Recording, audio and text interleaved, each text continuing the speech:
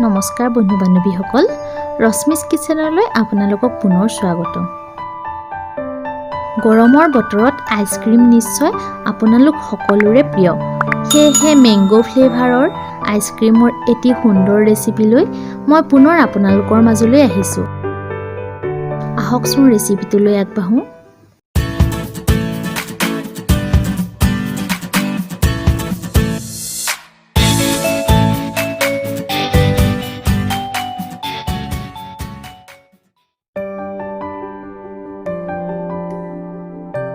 প্ৰথমতে দুটা আম সৰু সৰুকৈ কাটি ল'ব।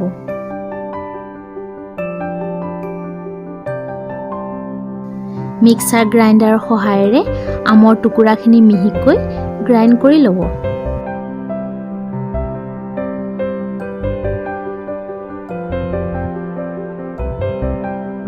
এটা বাউলত 2 কাপ ক্ৰীম লৈ ব্লেণ্ডাৰ এডালৰ সহায়েৰে ভালদৰে ব্লেণ্ড কৰি ল'ব।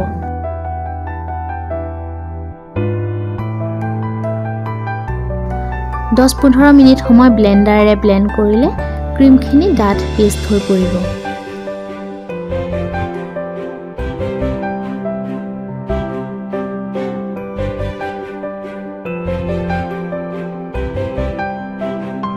এতিয়া ব্লেণ্ড কৰি লোৱা ক্ৰীমখিনিৰ ওপৰত আধা কাপ কনডেন্স মিল্ক মিলাই চামুচ এখনেৰে মিক্স কৰি দিব।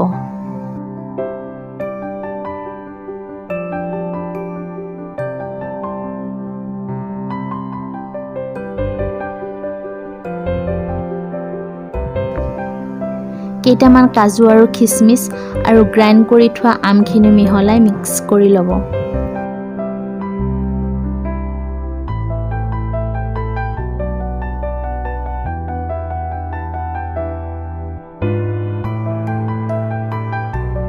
পাৰিলে পুনৰ ব্লেণ্ডাৰৰ সহায়েৰে 2-3 মিনিট সময় ব্লেণ্ড কৰি ল'ব।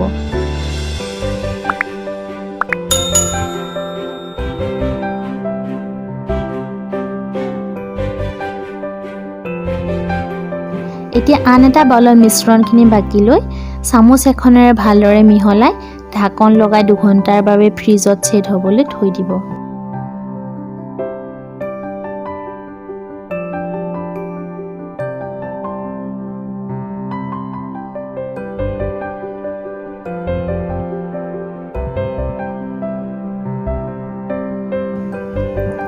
দুঘণ্টাৰ পাছত মিশ্ৰণখিনি ফ্ৰিজৰ পৰা উলিয়াই এখন চামুচেৰে এবাৰ পুনৰ মিক্স কৰি দিব, নহ'লে মিশ্ৰণখিনিৰ মাজত আইচ জমা হৈ যাব।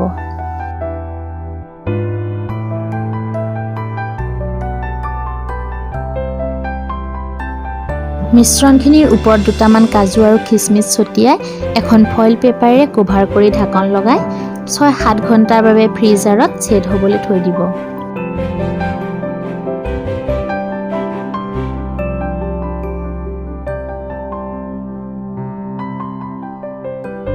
আজিৰ recipe mango flavoured ice cream almost ready হৈছে।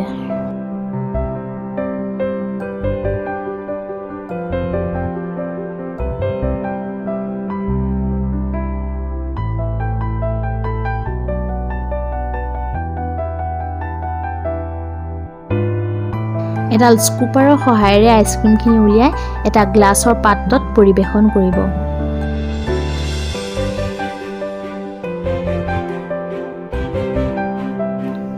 আশা কৰোঁ আজিৰ ৰেচিপিটো চাই আপোনালোকে নিশ্চয় ভাল পাব।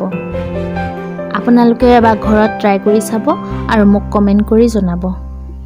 নেক্সট ভিডিঅ'ত পুনৰ লগ পোৱাৰ প্ৰতিশ্ৰুতিৰে মই ৰশ্মি আজিলৈ বিদায় লৈছোঁ। ধন্যবাদ।